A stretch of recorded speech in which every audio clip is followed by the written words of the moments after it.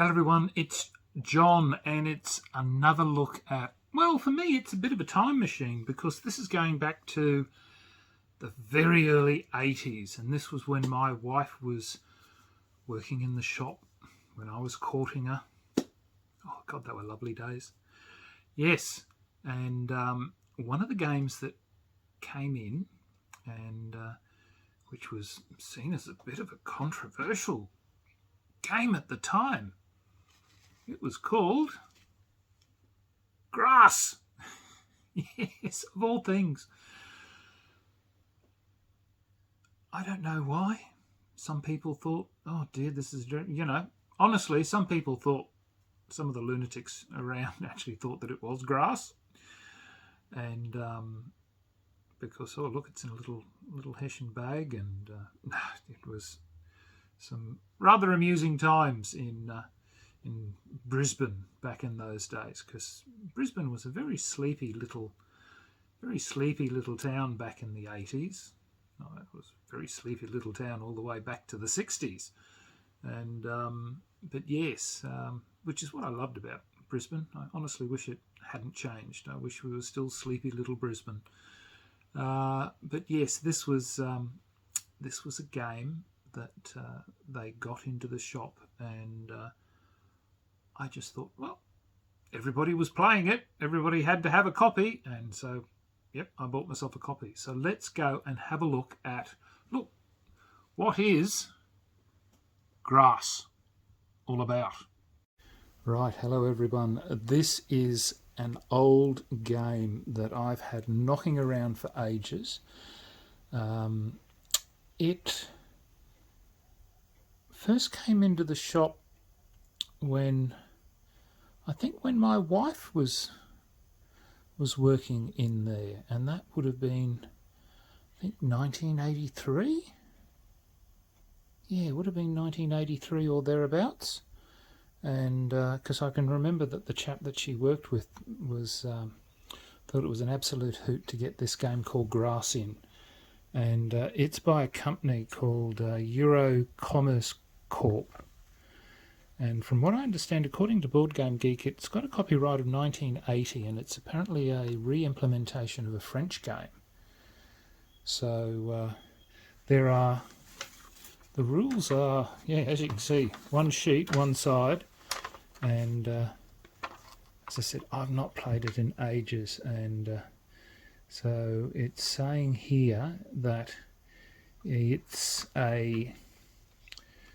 Grass is a draw game for 2 to 6 players, where it's, what does it say here? Grass is an attack strategy game, meaning that besides trying to be the first to achieve the goal of $250,000, each player tries to stop his competitors from getting rich. This may take 1 or even up to 7 or 8 hands, depending, of course, upon the competition. And like the real thing, it's easy to learn, which is entertaining. And of course, back in 1980, I have to tell you, $250,000 was a lot of money. And of course, it's $250,000 today is really nothing at all. But the game, pardon me, the game came in this little bag, which was,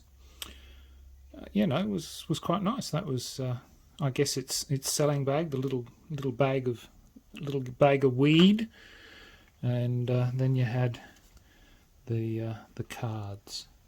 So you had your peddling, your markets, your felonies, busts, search and seizure, the banker. Yeah, you had a lot of things, pay fines.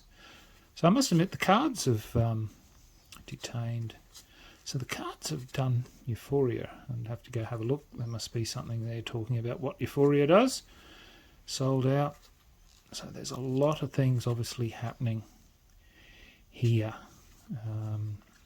As I said, I've not played this. Oh, there we go. Lust Conquers All. Well, protected, 50,000.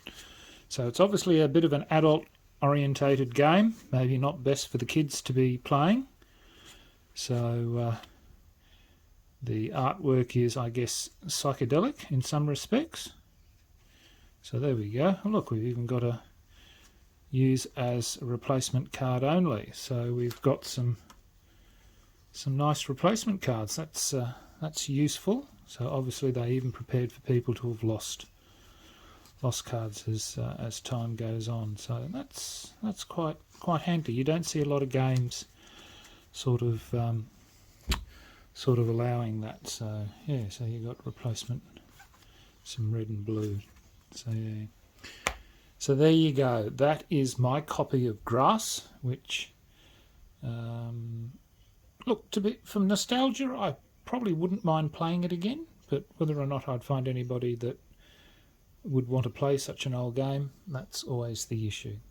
So anyway, if you've played it, let me know. I'm curious to know whether or not it's survived the test of time. So till next time, signing off, the Honourable John.